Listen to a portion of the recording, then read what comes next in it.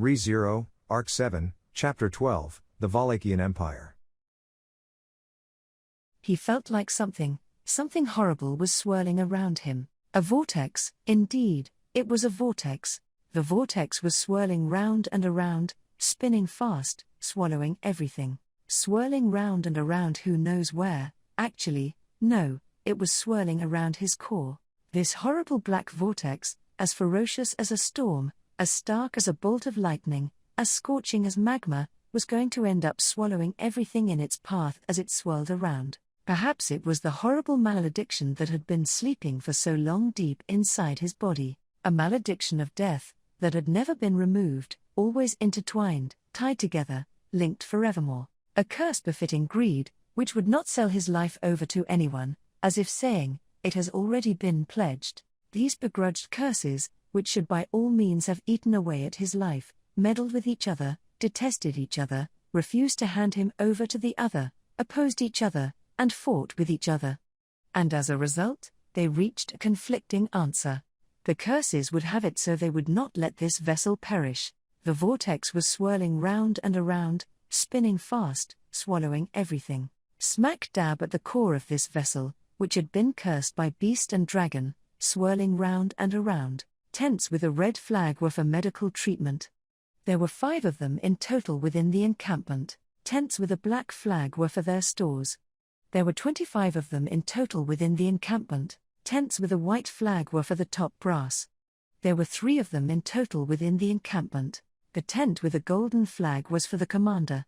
There was just the one within the encampment. He'd been given the freedom to bustle around the place, acting as a handyman. So even though the time he'd spent there had been brief, he'd managed to pay attention to various areas. Surprisingly enough, the Empire marked the second time Subaru had seen an actual military encampment. The first time was around the time of the White Whale battle in the Kingdom of Lagunica. Back when they'd set up around the flugel tree, to prepare for the White Whale's arrival, they'd prepared something like an encampment. Though that one did not have the scale this one had. Following that, he did have some more chances to set up camp, though on a much smaller scale. That said, all of them had been far simpler, hardly any of them had been a full-blown camp, like the one in the Empire. Thus, he thought he'd take note of things here and there, with curiosity being a helping factor. Naturally, the Imperial soldiers bar one did not seem to hold favorable impressions of him, so had he made any attempt to enter anywhere possessing anything of importance, they would have probably separated Subaru's head from his body, and that was just if he were lucky. However, even having this much knowledge was, plenty useful. There is a world of difference between having some information and having nothing. And most of all, knowing their formation should give us a rough idea of the enemy's strength. All that is left now is, to show our courage and strength. This I know, my brethren, indeed, then show it. Show the pride and valor of the people of Shudrak, the valiant warriors who once swept down enemy after enemy, standing alongside the Emperor lauded as the martial emperor. He felt exhausted, as if he were wearily drifting through warm water. In the midst of this, the voices of a man and woman brimming with ambition became audible to him. And many other sounds of breathing could be heard, apart from that of the man and woman the voices belonged to. He could feel the presence of a great number of people. He could feel something akin to the fervent zeal of a great number of people. He could feel those things swelling up rather strangely, with him smack dab in the middle. Then let us begin, Shudrak. We shall raise the beacons of our counterattack from here on. Ooh. A cacophony of battle cries echoed throughout, as if crunching the entire world into pieces. Whoa? Feeling something cold and wet squelched against his face, Subaru's whole body jumped up in surprise. While wondering what had happened, his awareness swiftly rose, and his vision was covered in white as he blinked in surprise. Actually, no, this was the answer to the wetness he felt. A wet cloth, that had barely been wrung, was what was covering Subaru's face. He'd once read in a book that there existed a kind of torture where someone would cover your face with a towel and pour water on top of it.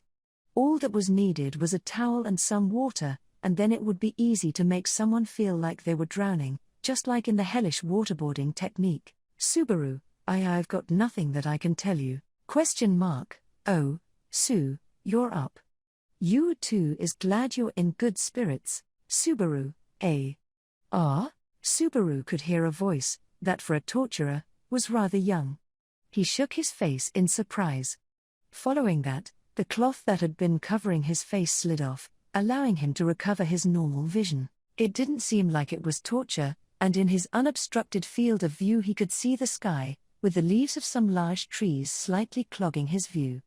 And then, suddenly poking her face around, as if hiding the sky was, Subaru, why? You're, Utakata.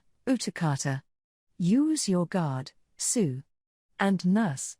And babysitter.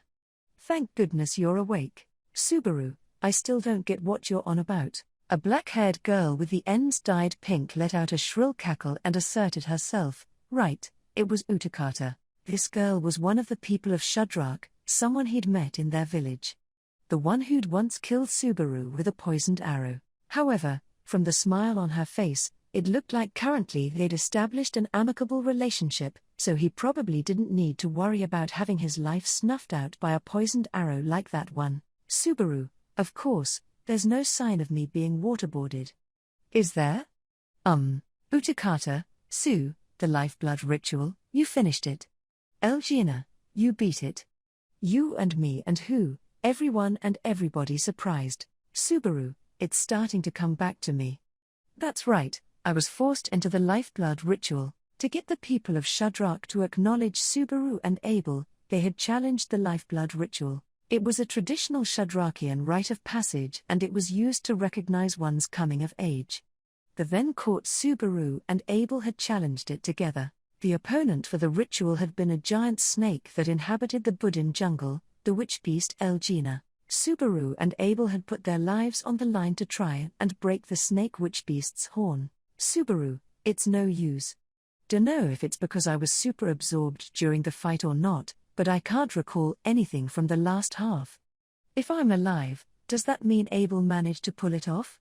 Utakata, Sue, you don't remember? Me, was in stitches. Subaru, in stitches as in laughing at my pathetic self? Gimme a break. Wait. Frowning at Utakata who had her head tilted in puzzlement, Subaru tried to sit upright. In the process of doing that, Subaru felt a weird sensation as his right hand touched the ground. It was not a normal kind of weird sensation, like touching a floor that was wet or walking over something rocky. No, the source of this weird sensation felt much closer to home than usual. To put it frankly, it was not the ground, but more likely, Subaru's arm that was the source of the sensation. Subaru, Utakata-san. Is something happening with my right hand? Utakata, Sue's right hand? Oh yeah, it was cool. It went all like guju and bois. Subaru, guju and bois. Only getting bad feelings from those onomatopoeias, Subaru widened his eyes in surprise. Repeatedly taking deep breaths, he settled his heart down, before readying himself for his next course of action. First, he turned his neck towards his left hand. 3 of his fingers were broken. They hurt, but he felt relief from that. Then slowly, he moved his gaze towards his right hand and, Subaru, what the heck is this? For a moment he questioned what he was looking at. That was how unnatural the circumstances were. Originally, Subaru's right arm was covered in an unnerving, mottled, black pattern. That was an outcome of the fight with the Sin Archbishop of Lust, at the Watergate city of Priestella. The Sin Archbishop of Lust Capella declared her own blood to be dragon's blood and had dripped it on Subaru and Crush. As a result, Crush received an injury that could not be healed and Subaru had a black pattern etched onto his right arm, as he took in the repulsive blood that ran over her body. Despite all of that, it did not seem to have any negative side effects. Subaru would wear long sleeves to hide the black pattern as they showed no signs of special behavior. But now, that black pattern. Subaru. Actually, this was not the time to talk about the pattern. Subaru's right arm, from his fingertips to wrist and wrist to elbow, the distal half of his arm was clad in black, as if he were wearing a black glove. Swallowing his saliva, Subaru tentatively touched his black right hand with his left hand. His left hand contacted something with a soft and flabby elasticity. On the other hand, he could barely feel his right hand being touched. It felt like he was wearing a rubber glove, so its movement was sluggish as well, and, Subaru, hang on, actually, is this? He felt something familiar within the weird sensation. To help that feeling take shape, Subaru strongly dug his left hand's fingernails into the black hand. Forcing his fingers in, he made a motion like clawing it, at which point, the black parts of his right hand peeled off like paint. Yelping in surprise, Subaru bore his fingers into the peeled pieces. He then continued to peel off the remaining black areas with enough fervor to make others think that he was possessed. In the end, he peeled off all the black spots from his fingertips to the front half of his right arm, and out came a clean, fresh new right hand for Natsuki Subaru. Subaru, oh my good? Utakata, Yukian, witnessing the shocking event unfurling just before his very own eyes, no less on his own flesh, Subaru yelled out. Surprised by his yell, Utakata fell on her bottom. However, Subaru had no time to spare to even give a helping hand to the fallen girl. Subaru, WH. What's going on with my hand? This is my hand. Right? Still in a state of shock, Subaru opened and closed the new right hand. He also hesitantly touched his own face and prodded the ground with it. In terms of its sense of touch and movement, there were no problems. It was completely normal. The black pattern originally on his right arm was also gone. Subaru's clean right hand was unmistakably the same as the one which had been tossed and knocked about during his year in another world. It was the right arm of the Lilimancer. Subaru, wait, who's calling who a Lilimancer? Abel, I thought I heard you talking, what nonsense are you spouting? Confused, Subaru confirmed his right hand was in good health, and somebody came along. No, it was not just somebody. He knew only two people with such a haughty and arrogant way of speaking, and it was easy to distinguish between the two since they were separated by gender. This was the voice of a man, namely, Subaru. Abel, huh? Guess you lived. Abel, naturally. I am much more level-headed than you. Speaking with a snort, it was Abel, wearing his unchanged disguise. Subaru was becoming used to seeing it. He had challenged the lifeblood ritual with Subaru, but somehow survived the battle with the Elgina. Rather, it should be said that it was thanks to him that Subaru had survived, because, most likely, it had been him who had brought down the Elgina. Abel, You, how is your right arm? Are you done looking repulsive? Subaru, can you please stop talking like I can change the color of my right hand at will? This isn't a Western-style video game character creation screen, you know. I don't have that kind of freedom. The black part came off cleanly when I picked at it. Right, Utakata, yep. Sue's right hand peeled off dry and crumbly. Gross. Subaru, I get it, but geez. His cheeks stiffened from Utakata's straightforward reaction. Subaru stuck out his right hand to Abel. Abel scrutinized it and muttered, I see. Abel, in any event, I do not care if it is returned to its previous state. I certainly had not expected a strike using the entirety of the magical sealing stone ring. Everything below the wrist was gone, and I believed you to be beyond saving. Subaru, wait, are you trying to scare me? Everything below whose wrist was gone? Abel, yours. Utakata, Sue's. Abel answered with his arms crossed, and Utakata cheerfully thrust his right hand into the air. Subaru shuddered at the answer, and stared at his lovely right hand. Not only had it been blown off, his right hand was now in brand new condition. Subaru, there you go again, saying that sort of thing. If it was gone, then what's with this right hand? Abel, it was a disgusting and curious phenomenon. Your arm was gone, and on the verge of death I had you speak your last words. I thought you were a dying man, but from your hand, black sludge flooded out. Subaru, slew sludge. Abel, in the blink of an eye it took shape, and formed a black arm. If you wish to ask me what happened, I would have to inquire you back about the meaning of what you were doing to yourself. Pierced by his sharp look, Subaru's breath caught in his throat. His eyes returned to his right hand immediately, but no matter what Abel said, Even Subaru did not understand what had happened to cause this result. However, the black pattern that had been engraved on his arm for some time, its disappearance was not unrelated, that much was certain. Perhaps it was really the effect of the dragon blood at work, but, Subaru, still, it becomes a question of why it wasn't triggered up until now. That being said, close to 3 months had passed since the incident where Subaru had been showered in dragon's blood. Afterwards, during the journey through the Augria sand dunes and in the midst of the deadly struggle at the Pleiades watchtower, Subaru had walked the line between life and death more times than ever before, and in the end entered the Empire. During that time, numerous literally deadly situations came about. However, nothing conveniently happened to heal his wounds. So why here? Why now? Subaru, there's no point thinking about what I don't understand. Besides, except for my right hand, my wounds haven't healed at all. Subaru grumbled, as he checked his whole body. The broken fingers of his left hand, the wound on his back by his scapula, the strange burns overlapping on the nape of his neck, the numerous other bruises as well, none had healed. Honestly, since only his right hand had been healed, it raised the possibility that, much to his misfortune, it had only been healed because of the black markings. Subaru, and what was on my right hand is gone too, so it probably won't heal again. If you asked me to blow off my hand once more to test it, I couldn't do it. Abel, ultimately, you are saying it is a situation you cannot speak of.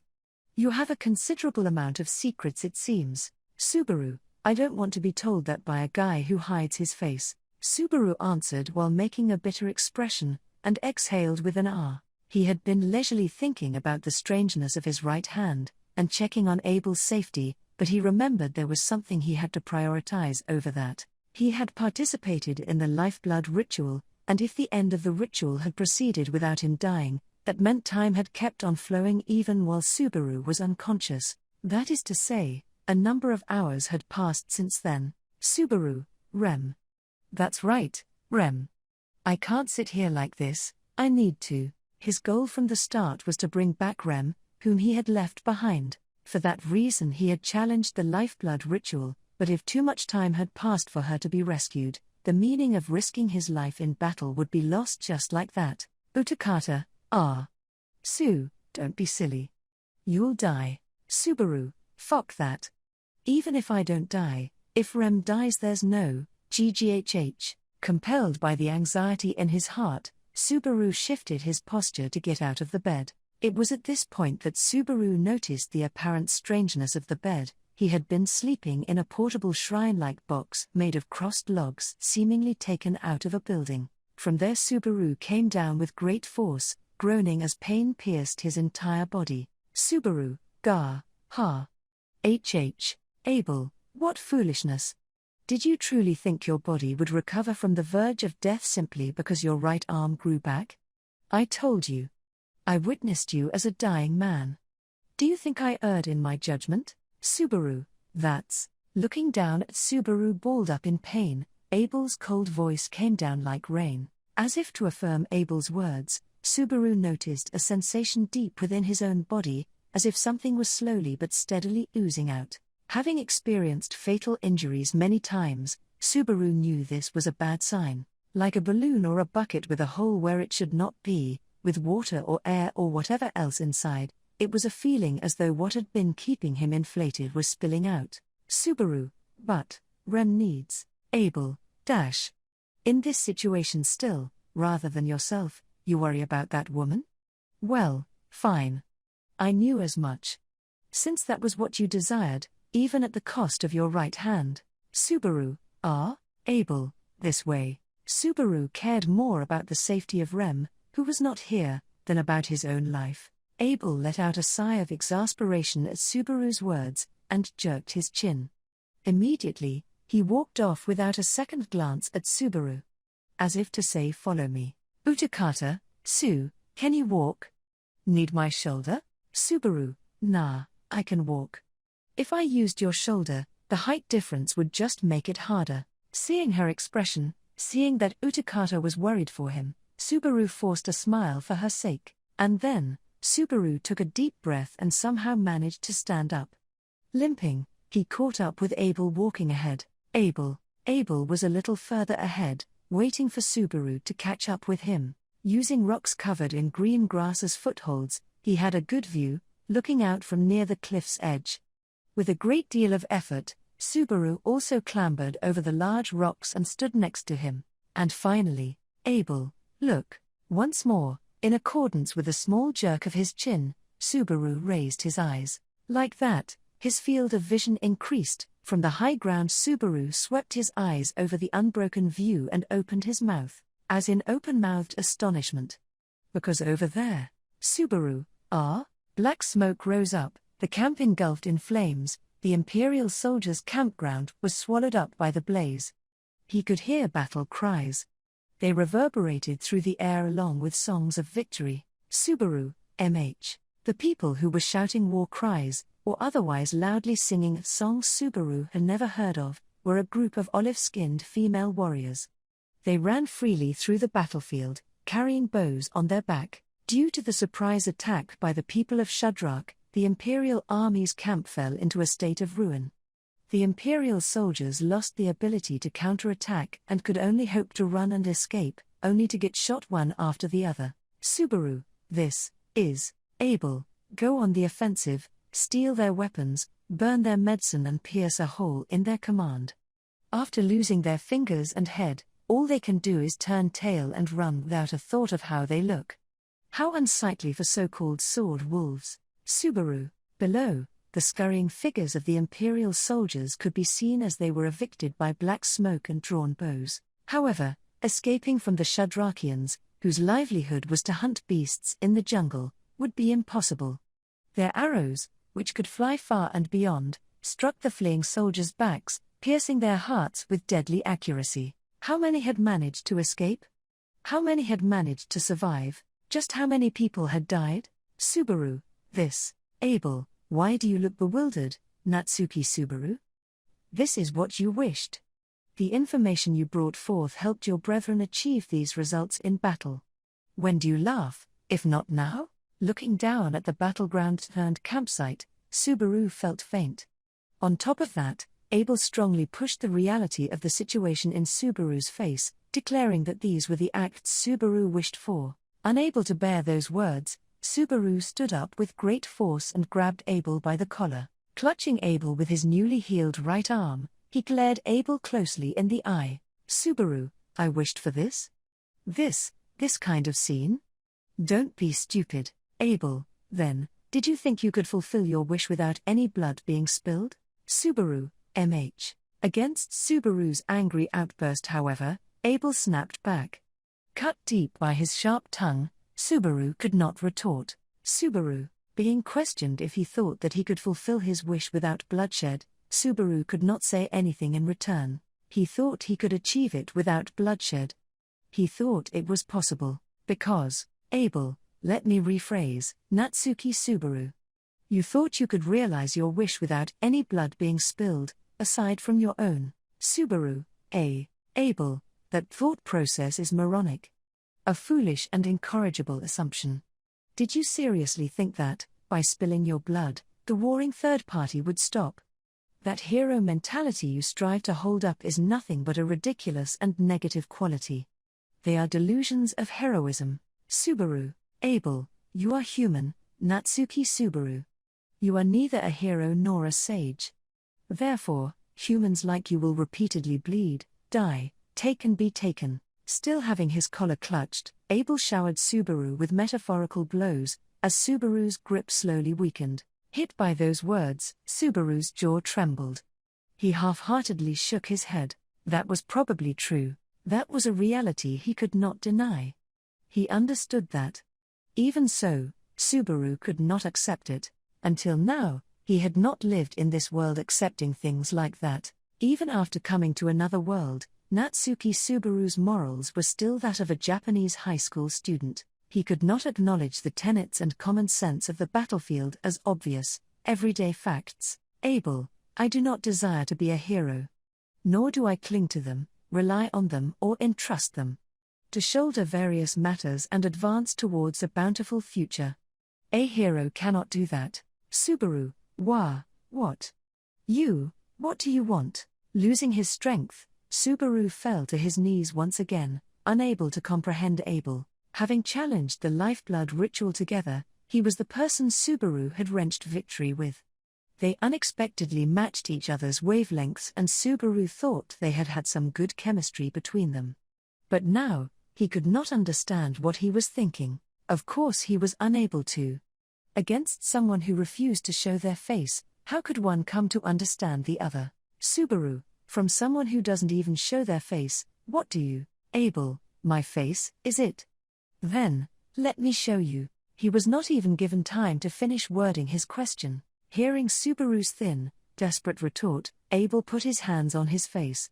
As he undid the frayed knots on his wrapped mask with his fingers, a wind blew. Blown by the strong winds, the mask energetically came undone, flying far away. Flying, flying, flying past the battleground-turned encampment.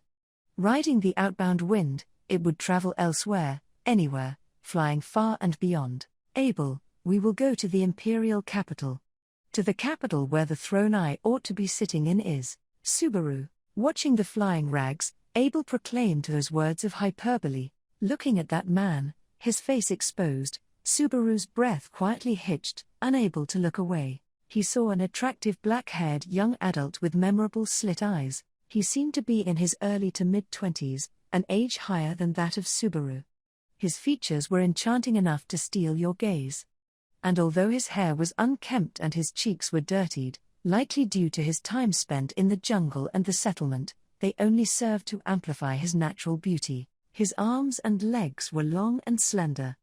And on top of that slim body rested that face, so you could say that his existence had been made to be perfectly attractive. Even so, his most defining characteristic lied in his black eyes that seemed to make anything prostrate before him.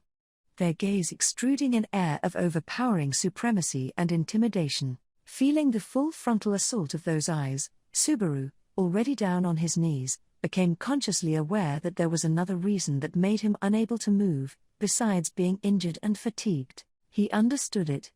That his soul knew he must submit to the person in front of him. The reason for his overpowering presence was because of Abel, Vincent Abelux. Subaru, what? Vincent Abelux, that is my name. At least, until I sit on my throne once again, that is my name. Though, I believe using Abel is most sensible, going forward. Saying that, Abel curled his lips in response to Subaru, struck with dumbfoundment. Subaru realized too late that his smile was a terribly villainous and wild one. Unable to understand the significance behind that name. My Zelda, Abel. Subaru, MH. What woke Subaru from his stupor was a sharp voice. Snapping his head to the voice, he saw a figure swinging their hands as they walked towards them. The figure was an Amazon with red-dyed hair, the Shudrak's leader, My Zelda. My Zelda relaxed her belligerent face into a friendly one. My Zelda, the takeover of the camp is complete. The casualties on our side are minimal and... Oh, Abel, it's my first time seeing your face, but you're quite the lady killer, aren't you? Subaru, My Zelda. My Zelda, ahem. Subaru, I'm glad you're up. Dying back then, even as brethren, it did not come to mind. Coughing away her momentary enchantment by Abel's true face, she looked at Subaru with kind eyes. Her smile was warm, directed to those living, yet at death's doorstep. Seeing that smile, Subaru's heart and body shrunk. Like Abel, she had come to the conclusion that Subaru did not have long to live. Additionally, her being able to put on a happy demeanor, even while he was dying, was because their viewpoints on life and death was different. However, her stances on life and death were not the sole reason she could stay cheerful. Her next action confirmed it for Subaru. My Zelda, Holly, bring them here. Holly, yeah, I will. When My Zelda beckoned, she received a cheerful reply in return. Lumbering towards was the young woman with blonde hair, the one who'd effortlessly lifted a huge boulder. Holly was her name. She strode forward with a smile on her face. In her arms was Holly. Come on, stop being so fussy. Poor little Kuna, she hasn't even woken up yet after you sent her flying. Like I'll stop struggling. Let me go. What do you want to do with me, Holly? Or, come on, You're not listening at all." Though Holly only pouted, the girl locked in her arms showed no signs of stopping her struggle. He had been wanting to reunite with her, to hear her voice, to look at her blue hair and her lovely face, which was currently puffed up in anger. It was none other than Subaru, Rem. At that moment, Subaru forgot everything, the awe he felt for Abel, the pitiful condition he was in, and even the sea of flames that this battlefield had been turned into. He tossed it all away and broke into a sprint. He was painfully slow. Unable to simply leap off the boulder, he dragged his feet behind him, running barely faster than a toddler. He dragged himself over to Holly, who had been carrying Rem and, "Rem, you, Subaru, Rem. Thank goodness you're okay. Rem, you were behind this? You scum." The moment he stretched out a hand to her, she slapped him across the face. The sudden, sharp sound startled Holly, Zelda, and even Utakata. That slap had been strong enough to blow him off his feet, but he did not crumble, nor did he even utter a sound of complaint. After all, what was there to be dissatisfied about? Rem was here. She was alive, awake, talking. That was all he wanted. Subaru, Rem, tch, you and your. Even though he had been slapped with quite the force, Subaru nevertheless held Rem in an embrace. He took her from Holly as if he were snatching her away into his chest, much to her initial surprise, but immediately after her face reddened with rage, and to punch him with her back put into it, she closed her hand into a fist and, "Rem, you," she stopped, seemingly having noticed how he was covered in wounds. Rem. Relief took away the strength in his knees, so Subaru plopped down to the ground right then and there, with Rem still held in his chest. And while in his chest, Rem looked, and was left speechless by the injuries on his shoulders, at his torso, legs, left hand and many other places. "Subaru, you were the one who broke my left hand, remember?" "Rem, I know. But, everything other than that. You'll die. We have to treat you right away." "Zelda, it's useless." Rem fretted over his wounds as Subaru gave her a weak smile.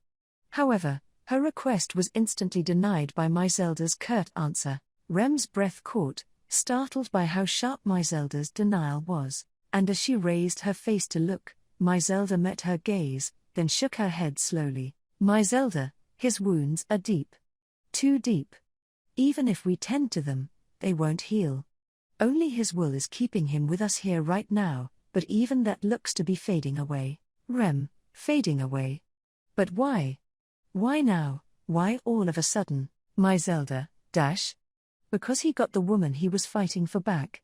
Why else?" She tilted her head to the side, slightly puzzled, then spelled it out for her as if it were the most natural conclusion. Hearing that, Rem's breath caught in her throat, and Subaru, unable to even lift his head, smiled bitterly. "Subaru, Zelda-san, that phrasing's kinda. Zelda, did I misspeak? It's a comrade's final wish. Of course we'd do our best to comply.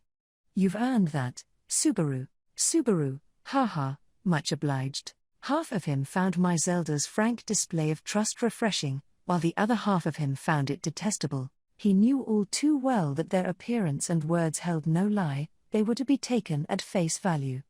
Thus, he made Rem shoulder everything else, including his heavy legs, though in the end, he made his own heavy legs even heavier. Rem, why?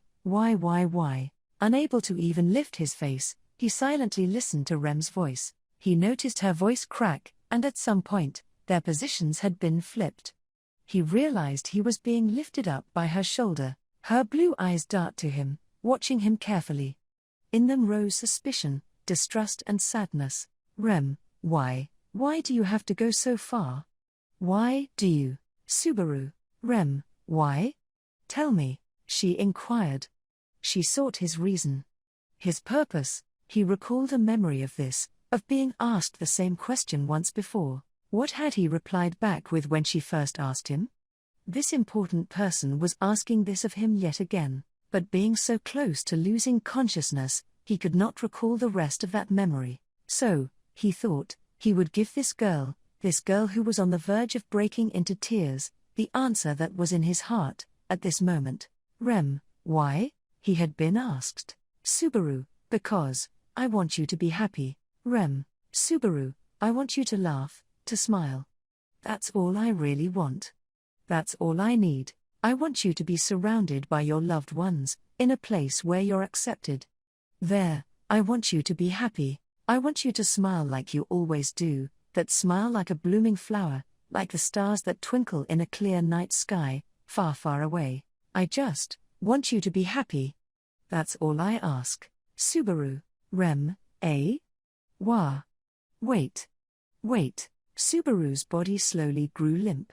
His head hung low, his neck became unable to support it, and his upper body was about to tumble over. REM immediately pulled him closer to herself with a firm grip, calling out to him as his head drooped down by her side. There was no answer. My Zelda, dear comrades, may we bring peace to the spirit of this warrior. My Zelda straightened her posture, expressing respect and furthering it with a melody that began flowing out of her lips. Following her song, Holly and Utakata, as well as the other people of Shudrak, the women who had previously been singing a song of victory, all started to sing in unison. It was a requiem to bid farewell to a warrior, who had fought until his last breath, who had upheld his dignity to the very end. REM. Wait. That's, but. To me, he's sent off by that requiem. Subaru was on the verge of relinquishing his hold on his life. REM shook her head at his peaceful face, unable to accept it. REM. She did not know why. She did not understand it, either. In the end, what he told her had not answered her doubts, but she knew the answer would be lost forever at this rate. So, REM, please, don't die in a place like this. Don't die, don't die, don't die. The man who had looked at her so tenderly and compassionately, despite being encased in such an unbearable, repulsive smell that she wanted to instinctively avoid. You must not lose him here, it begged and pleaded to her soul. Like that, REM bit her lip, longing for salvation. You? Suddenly, simultaneously with the child's groaning voice, REM felt a hand on her shoulder. REM. Turning around with tear-filled eyes, REM saw that the golden-haired girl had placed a hand on her shoulder. Still looking as if she was zoning out, the girl stared at the unconscious Subaru. When the girl mumbled out an, "Yuau, REM, this is," little by little, a warm sensation seeped into REM from her shoulder, where the girl had touched her. It was soft, a feeling that slowly tickled at the depths of her heart. REM found it difficult to breathe, unable to hold back her tears from flowing down her cheeks. Whatever it was that seeped into her from the girl's palm, it was stimulating a strange sensation that laid within her. It was swelling up, and she must not bottle it up like this. She had to set it free somewhere. Commanded by her instincts, REM released it from her whole body. It streamed down the girl's palm, overflowing into REM, like that. Subaru, pouring into Subaru's body, who she had been holding, with his life in the balance. Healing magic, I see.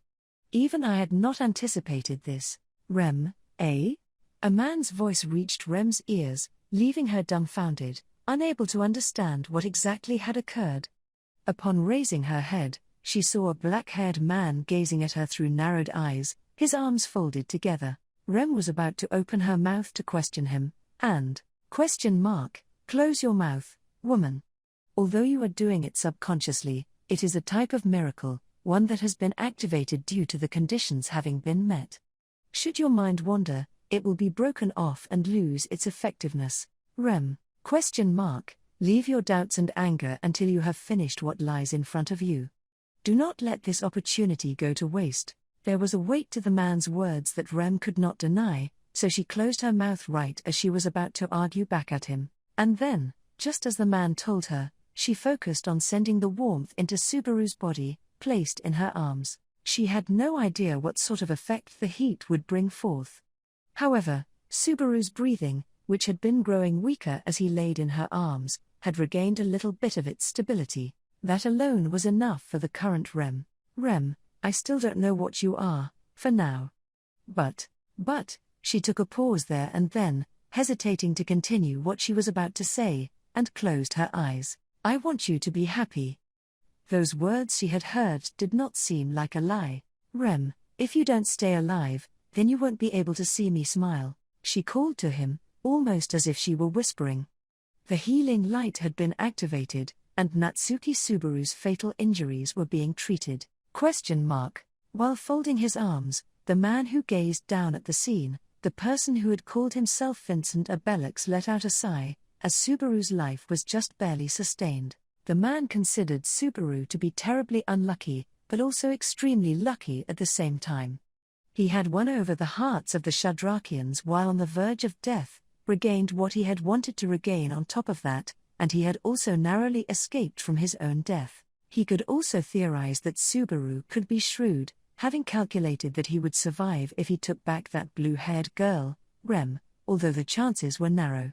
Vincent, if he were truly that clever, then he would have had the broken fingers on his left hand healed to begin with. Despite having his fingers broken by Rem, and leaving them without any treatment, Subaru was a man who had wished to take her back, whilst being covered in blood and mud. If he did all of that to make his ambition come true, it had to be admitted that Subaru's ploy was unfathomable and otherworldly. However, the brilliance of a wise man could not be felt from him, neither did he appear to be one. Not a slightest bit, not even a glimpse of the hero who was mentioned in various rumors, could be seen in that man. Vincent, it was supposed to be an offering to a man who would have been killed in action, however. If he survives, then I suppose that is fine as it is. Having lost the sensation that covered his face, the man narrowed his eyes while touching his face, the wind caressing his skin for the first time in a while. Natsuki Subaru had narrowly escaped death, and a pledge of blood had been made with the people of Shadrak. It seemed as if the group of Imperial soldiers had not been notified of anything, but that was also within the man's expectations. The people on this land, no, the majority of the people in the Empire had yet to realize it. They had not realized the grave crisis, the unprecedented, political upheaval that had arrived to the great power known as the Sacred Empire of Vollachia. However, Vincent, Prime Minister Bastetz, you traitorous 9 divine generals, and you foolish imperial soldiers who are ignorant of the apex. Standing on the hill where the heat-laced wind was blowing, the man, Abel, turned around towards the imperial capital, which was located at the far west. The heart of the Sacred Empire of Vollachian, the imperial capital Lupthana, the land that held the throne, ought to be reclaimed. Vincent, shiver and tremble as you await my return, and then, Vincent, since you have survived, after all, I shall have you accompany me, Natsuki Subaru, to take back the Vollachian Empire into these hands of mine.